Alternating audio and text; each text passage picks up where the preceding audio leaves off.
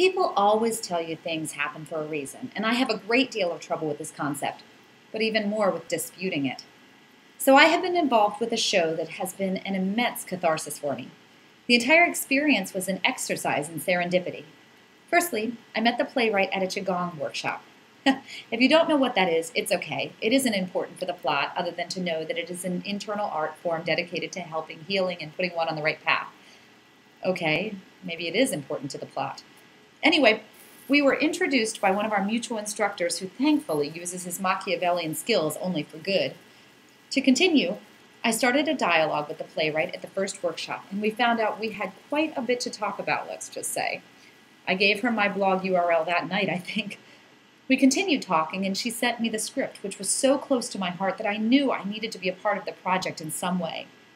Around the same time, I got an email from another director friend of mine who said that this wonderful new playwright had just lost her director, and my friend wasn't available and wanted to know if I could direct. Same playwright. Okay, this has now come to me from several different directions. I would be unwise to tick off the universe and ignore it. So I called the playwright up and found out not only had she lost her director, but she had also lost her venue. Yikes! But this show has to happen. I knew it. She knew it. The lighting designer knew it. So we just said we would make it happen. I told her, I will direct if you need it, act if you prefer it, or carry a spear if required. I have always been someone who ran on faith. Decide to do it, announce you shall do it, and then figure out how. It always seems the means you will find, or they will find you if you just ask.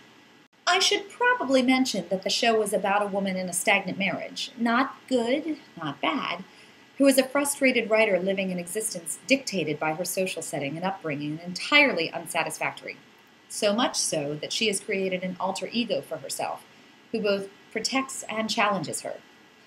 This was ultimately to be my role, though I did not know it at the time. I called it a love triangle between two people. Well, she got another director and a new venue, and I came in for a read-through, which turned out to be an audition, which turned into a read-through. It was all a very non-traditional process, but that was okay, because we were doing important work. We just didn't know what or why, but we knew it was important. The shows were uneven, the audience is good, and the reviews excellent. I received better press than I ever have, and a potential offer to bring the show back and develop it in a different venue.